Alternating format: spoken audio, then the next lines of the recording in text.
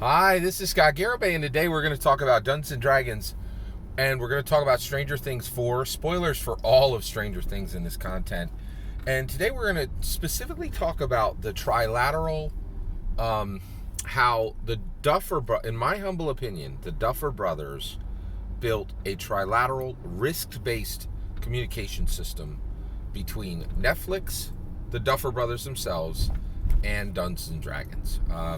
And they did this, and basically they did this in order to be the primary, the most prominent, the most preeminent, message carrier for Dungeons and Dragons today.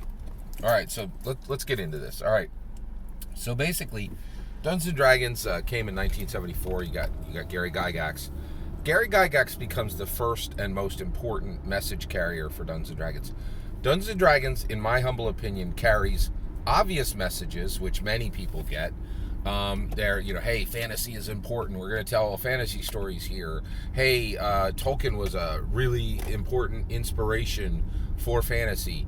And then also, narrative is important. And Dungeons and Dragons is the most unique narrative tool ever created by any human ever, right? It surpassed every single narrative system, right? This is one of the messages. They're like, authors used to scrawl whatever crap they wanted on a piece of paper and nobody told them anything. Maybe their editor got in the middle, but they were unconstrained and they just plopped all their desires and onto the page. And it was a good storytelling tool while it lasted, but it's been surpassed by Dungeons and Dragons. And Gary very clearly carried this message from the beginning. He was like, hey, there's going to be a dungeon master. They're going to bring the core elements of the story. There's going to be player characters. They're going to be the heart of the story. And we are also going to listen to fate, right? Like fate will be involved in storytelling going forward. And this has created a tool which creates narrative at a level that nothing in human history has ever been able to create stories like Dungeons and Dragons create stories. It's the ultimate human narrative engine. Nothing even comes close, and it's the future of human narrative, right? And we're just unpacking it now. All this is only 48 years old, right? But so Gary's the first primary message carrier, right? Lorraine Williams is the second primary message carrier, and her message is, hey, Dungeons and Dragons is about inclusivity. Dungeons and Dragons is about progressiveness. Dungeons and Dragons is about scale and commerce. That's an powerful, those are some powerful messages, right? So then you get to third edition, and Ryan Dancey comes open, and he was like, Dungeons and Dragons is for everyone, is commercially for everyone, right? Dungeons and Dragons is about creators. That's the message that Ryan Dancey carries, and he's like, and so he creates the OGL. Ryan Dancey is really important in the history of Dungeons and Dragons, right? Then you have Mike Mearls come, and he solidifies and clarifies the pillars, right? He's like, it's always been in the game, right? The combat, social interaction, exploration, these are the three pillars. He puts that right into fourth edition. He puts that into fifth edition, right? And by the way, there probably weren't any message carriers in fourth edition. Fourth edition was a hot mess, and everybody was just surviving. There's probably a period where just the old messages were repeating, and then Mike Mearls came in with fifth edition and said, hey, let me remind you of the pillars, let me clarify the pillars, let me support the pillars, right? And so he carries this message. Mike Mearls is then passed by Matthew Mercer. Matthew Mercer, for a period of about probably 5 years, becomes the most powerful message carrier for Dungeons & Dragons in all of history. And what he says is, one, you can have absolutely massive success as a person attaching yourself to Dungeons & Dragons. So Dungeons & Dragons can help you achieve goals that you can't achieve without Dungeons & Dragons. Matthew Mercer was a bog standard, really nothing special voice actor. Now he's known as the most powerful, most skilled dungeon master in the world. He wasn't the most skilled voice actor in the world. He was good. I don't think he was bad. He wasn't anything special, right? But in the dungeon master world, Matthew Mercer has accomplished more than most dungeon masters can even remember. So then comes along. So in my humble opinion, you have all these message carriers, right? You have Gary Gygax, you have Lorraine Williams, you have Ryan Dancy, you have Mike Merles, you have Matthew Mercer, you have, and now the Duffer brothers, right? And the Duffer brothers are carrying just a, I have an entire, this video is on a playlist. The playlist literally has over a dozen videos. These are all messages from the Duffer brothers. I can't even list the amount of messages they're carrying for Dungeons and Dragons, but there is a list. Actually, I can list it. It's on the playlist. Look at the playlist linked below. And so what I want to talk about today is how did the Duffer brothers set up this trilateral wrist-based communication system with Netflix and with Dungeons and Dragons, right? The property Dungeons and Dragons. And by the way, I say that I'm not forgetting Hasbro or WotC. I don't think the Duffer brothers care about WotC or Hasbro. They care about Dungeons and Dragons, right? Like, and I think they, you know, if Hasbro went out of business tomorrow, you can bet, right? Sure as very, very quickly, Dungeons and Dragons would be sold. It'd be swept up, right? Because it has so much value. There'd be lots of buyers. So it'd be swept up, right? And then immediately Duffer Brothers would just reestablish a new communication with whoever the owner is, right? So I think a lot of people don't get this. Like, I love Hasbro, and I think they've been the best. They've been a far better guardian than Wizards of the Coast ever was. There was a brief period where Dungeons and Dragons was like 2 years long, where Dungeons and Dragons was owned by Wizards of the Coast outright. Before that was owned by, Dungeons and Dragons had 3 owners: TSR, Wizards of the Coast, and Hasbro. Hasbro is by far the best guardian the game has ever had. They've done more in 20 years than was done by 2 other companies in 30, right?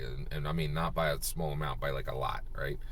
So the Duffer Brothers are this new message carrier. Okay, so how did they set up this trilateral wrist-based communication system? In my humble opinion, they set up a trilateral wrist-based communication system to make sure that every message they wanted carried for Dungeons and Dragons would be carried to Netflix and to Dungeons and Dragons, and simply as a freebie to the world. Netflix, you know, their distribution model is a global distribution model.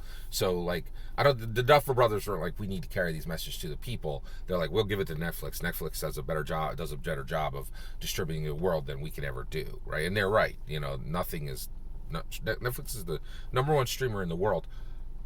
Guess why? Dungeons and Dragons. Dungeons and Dragons is the answer to that, right? And if you think I'm wrong, check the numbers on Stranger Things 4. It has broken every single volume streaming record in existence, and has made sure that Netflix remains the #1 streamer in the world because they have the top show in the world. They have the top draw, right? Okay, so in my humble opinion, the Duffer Brothers built this trilateral wrist-based communication system. Let me explain how they did it, in my humble opinion. All right, so the first thing they did was they had this idea, and they're like, hey, we want to make this powerful show, and we want to share it with the world, and we want it to be engaging, right? So the first thing they did was like, well, it's going to be about the 80s, and nothing is more 80s in the world than Dungeons and Dragons, because it's American. It's remembered because of the Satanic Panic. It's remembered because it's awesome, right? It has good and bad elements. Like, it's this complicated mix of, and it's name dropped by literally 100 different shows. Like, it's easier now to just pick the shows that don't name drop Dungeons and Dragons. And the reason why is Hollywood scriptwriters are some of the smartest, most educated people in the world, and virtually all of them have played Dungeons and Dragons, right? Like, if you're a Hollywood scriptwriter and you haven't played Dungeons and Dragons, people are like, do you even understand narrative? Like how do you shove off? Like, I don't think people even are entertain the idea of a Hollywood scriptwriter not playing Dungeons and Dragons. And the reason why is nothing tells story like Dungeons and Dragons in the world. And so no one gets serious about story and doesn't end up playing Dungeons and Dragons. No one, right? It's a thing, right? Okay, so that's my humble opinion. You can come at me in the comments below. I invite people to come at me in comments, and I'm talking about this today because one of my commenters said, hey, I don't think this, what are you talking about? Why do you think there's this communication between the Duffer Brothers and Netflix and Dungeons and Dragons, right? Now, to me, it's shockingly obvious, but I have to slow down and I have to explain things to people, and say, okay, let me break it down. So let's break it down. All right, Duffer Brothers come up and they're like, let's do the Stranger Things show. They make Dungeons and Dragons literally the heart of it, right? It's in I don't think there's a single episode where Dungeons and Dragons is not directly referenced, and some seasons are opened and ended with it. Like, it's all Stranger Things is marinated in Dungeons and Dragons. It's pretty much a Dungeons and Dragons show. Okay, so they come forward and they're like, okay, so the first communication was the show itself. The Duffer Brothers I don't think Duffer Brothers talked to Dungeons and Dragons before they made the show, and they didn't go to Netflix and say this show's all about Dungeons and Dragons. They didn't need to. Netflix is like, here your money, go make your thing, come back, tell us, right, or show us, right. So they make the show, and then the first message is, hey, Dungeons and Dragons. That's the message of Stranger Things 1, season 1, right? And it drops, and like Netflix is like, holy cows, this thing is a juggernaut. This could be huge, right? And everybody sees immediately, this is something special, right? And they're like, hey, we see Dungeons, and Netflix is like, we see Dungeons and Dragons in this. Dungeons and Dragons is like, whoa, is there a huge show blowing up on streaming that is all about Dungeons and Dragons? And they're like, yes, there is. So like, and so you can bet there was like, the communication started with season 1, right? And the Duffer Brothers didn't have to talk to anybody. The show said the message, right? They were like, hey, this is about Dungeons and Dragons. And it was clear to Dungeons and Dragons, owners, and it was clear to Netflix, right? And then it became clear to the whole world, right? Season 2, here's where the front channel is set up, right? Season 2, there is an official Dungeons & Dragons Stranger Things 4 box set, right?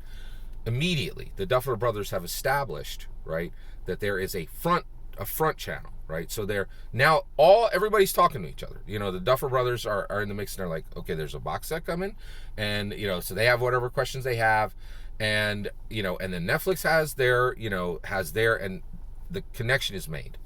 Netflix, Duffer Brothers to Dungeons & Dragons, right?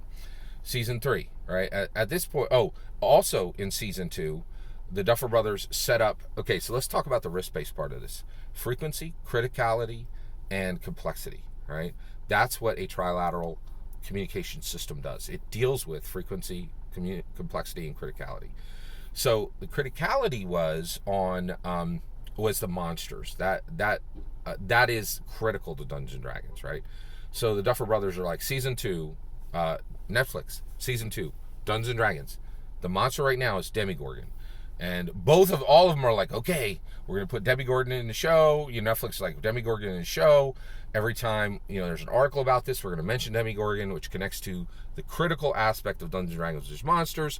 And then Dungeons & Dragons is like, oh, Demogorgon. That goes right in the box set, and we're going to have extra special articles and videos about Demogorgon. That is then repeated in season 3 with Mind Flayer and in season 4 with Vecna. And let's talk about Vecna, right? Like, so you have Mind Flayer, right? And in season 3, there's special content made just for the Mind Flayer. And that content is going to, Netflix is talking about, the Mind Flayer through the show and distributing it. And then whenever they're asked in articles, they're talking about the Mind Flayer in that season. And then for Vecna, it really ramps up on the front channel, right? And so Netflix is like, Vecna's the monster for season 4, and Wizards of the Coast is like, thank you very much. Here's a gigantic Vecna statue that would take months to design, perfectly timed with the release of the show, right? Front channel is bing, bing, bing, bing, right? It's connected. The Duffer Brothers are like, okay, well, there's complexity here, right? Like, we have a lot of messages we want to tell. There's a lot of frequency here, right? And so the Duffer Brothers, in my opinion, make sure that a back channel is created. And the back channel is 2 games that were played between Chris Perkins and B. David Walter, right?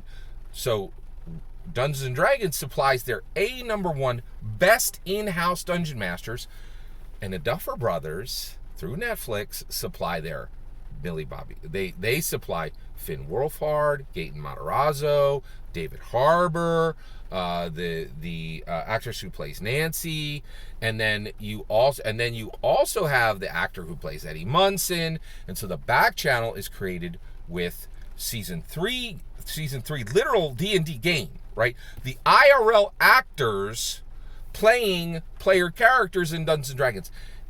And that happens in season 3 and season 4. So you have the show, then you have monster, and that is Demogorgon, Mind Flayer, and then Vecna.